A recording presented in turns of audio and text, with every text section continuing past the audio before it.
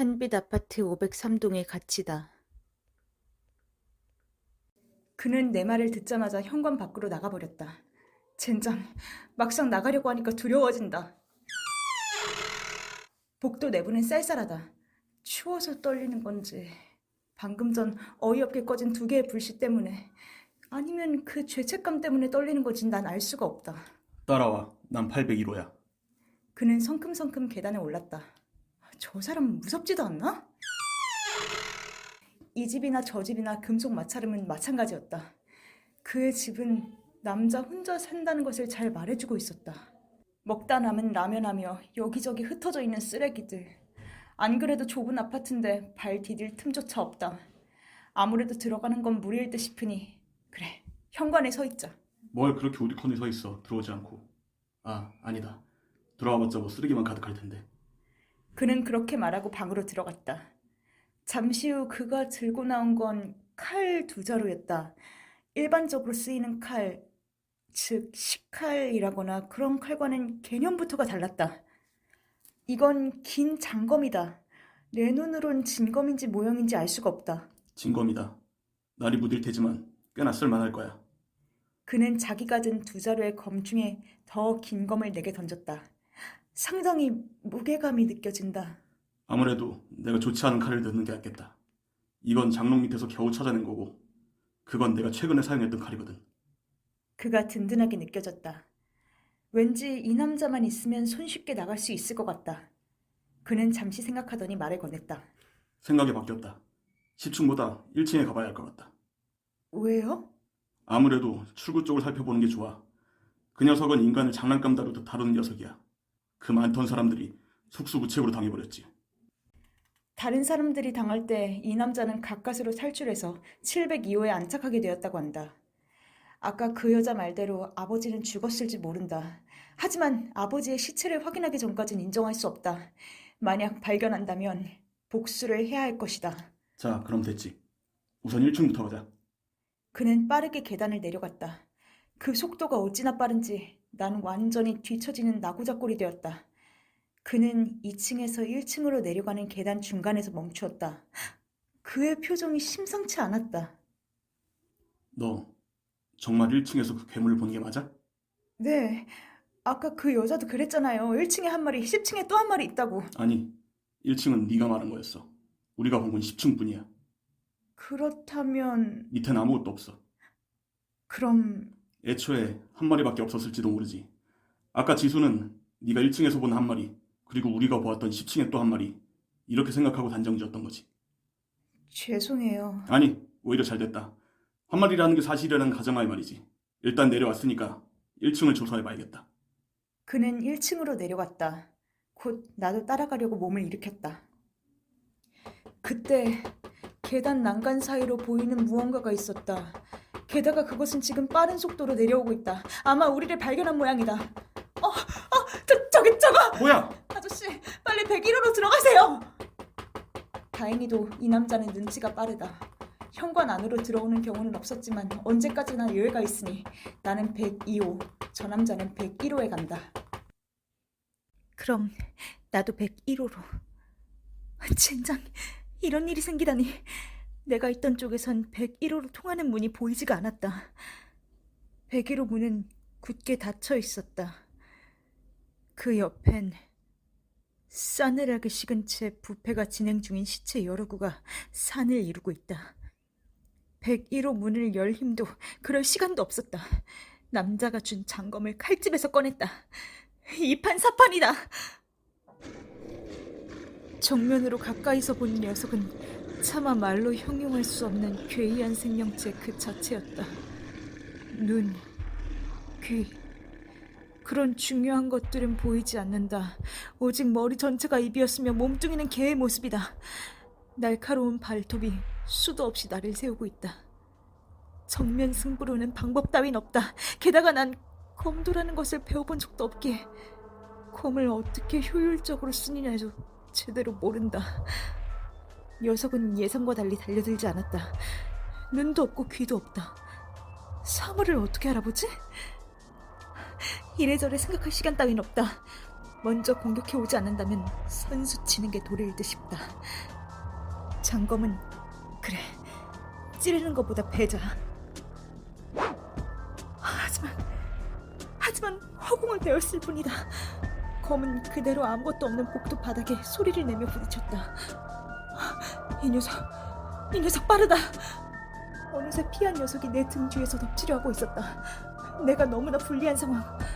뒤돌아서 공격하기엔 방금 전 딜레이가 너무 컸다. 순간 회색의 물체가 내 머리 위로 빠르게 지나갔다. 공중에서 피가 분수처럼 솟구쳤다. 하지만 내 머리는 그대로 붙어 있었다. 바보 같은 새끼야, 너 혼자 뭐 하려고? 검을 뻗어온 건 다름 아닌 그 남자였다. 검은 녀석의 입에서 목 깊숙한 곳까지 파고들었다. 하지만 피를 쏟으면서도 넘어지지 않고 헥헥대면서 발톱을 곤두세웠다. 한 마리는 끝내고. 남자는 나지막이 말하며 달려들었다. 검은 녀석의 백가죽을 뚫고 화려한 은빛 자태를 뽐내었다. 쓰러졌다. 우리가 이 미친 식인 괴물을 쓰러뜨렸다. 정확히 말하면 이 남자 혼자 이뤄낸 것이지만 큰일이다. 남자는 어느새 녀석의 배를 세로로 절개해 놓은 상황이었다. 큰일이라니요? 이 녀석 암컷이었는데 어쩐지 몸이 굼뜨다 있어. 그런 건 중요하지 않잖아요. 아니, 중요하다. 우리가 처음 예상했던 개체수는 한 2마리였어. 하지만 이 녀석의 배를 자세히 봐라. 놀랍게도 녀석의 배에는 새 생명의 싹이 움츠고 있던 것이었다. 사람으로 따지자면 이미 만삭 정도로 배가 부풀었던 것이다. 하지만 이런 무거운 몸으로 내 검을 피했다. 그럼 어떻게... 이제 암컷을 죽였으니까 된 거죠? 이건 2번째 임신이다. 그걸 어떻게 알아요? 이 부분을 자세히 봐. 남자는 녀석의 뒷다리 사이를 가리키며 말했다. 이 정도면 초산이 아니다. 우리 목표는 수컷 사살이 아니야. 새끼들을 사살하는 거지. 그냥 사살하지 않고 나가면 되는 거 아니에요? 저렇게 단단히 용접된 문을 통과할 방법이라도 있는 거야? 그건...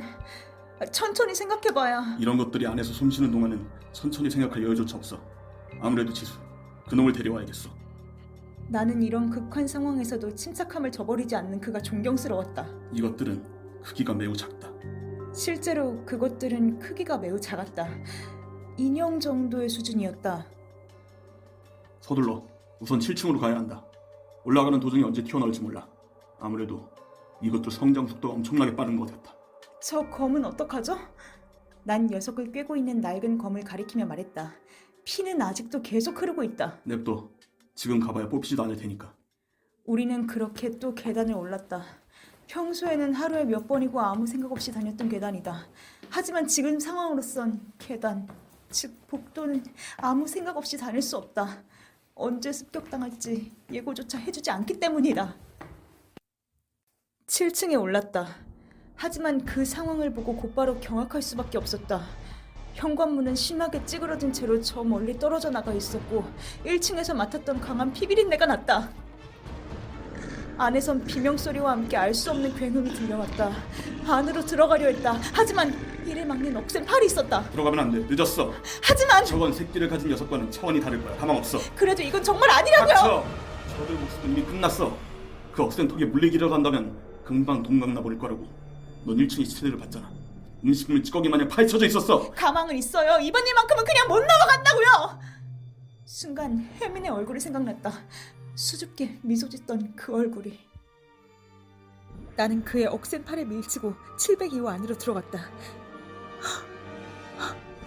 현관 앞에 쓰러져 있는 건 형체만 간신히 알아볼 수 있는 지수라는 여자였다. 젠장! 벌써 희생당했을지도 모른다. 하지만 더 이상의 사람을 잃어선 곤란하다. 아까 효력을 발휘해보지 못한 그 장검을 꺼내들었다. 이 특유의 숨소리 안방에서 들려온다. 살려주세요. 안에서 속삭이는 듯한 소리가 들렸다. 분명한 여자의 음성이다. 아직 살아있다. 이 녀석은 아까 녀석과 다르다. 이 아파트에 들어온 게 이상할 정도로 몸집이 크다. 더 이상 개의 크기가 아닌 정말 이건 말도 안 되는 크기다. 그 다리 사이로 여자의 얼굴이 보인다. 2명이다. 2 여자의 얼굴은 눈물과 피로 얼룩져 있었다. 그들은 초점 없는 눈으로 흐느끼며 날 바라보았고 이 거대한 녀석도 더러운 주둥이를 이쪽으로 돌렸다. 덤벼 이 개같은 새끼야! 승부는 정해진 걸지도 모른다. 하지만 무슨 생각이었을까? 난 그 괴물을 향해 달리고 있다. 이상하게 아무 생각도 들지 않는다. 그저 오른손에 굳게 쥔 장검 하나만 믿을 뿐이었다. 녀석의 억센 발톱이 허공을 맴돈다. 그리고 나 역시 그 발톱을 향해 장검을 치켜들었다. 금속 음이라고 할 것도 없이 괴상한 소리가 났다. 이내 뭔가가 떨어졌다. 장검의 끝부분이었다. 그 파동이 양팔로 전해져 온다. 파동은 팔에서 멈추지 못하고 몸까지 흘러들었다. 그 때문에 난 바닥에 주저앉아 버리고 말았다. 녀석의 턱이 빠르게 다가온다. 하지만 그 순간순간은 느리게 내 삶의 일부분이 주마등처럼 비춰 지나갔다. 젠장, 아까처럼 도와달라고요, 아저씨. 하지만 열린 안방문 사이로 보이는 것은 아무것도 없었다. 녀석의 억센 턱이 내 어깨를 파고들었다. 어깨가 빨갛게 물들어가는 것을 확인한 뒤 그대로 잠들어 버렸다.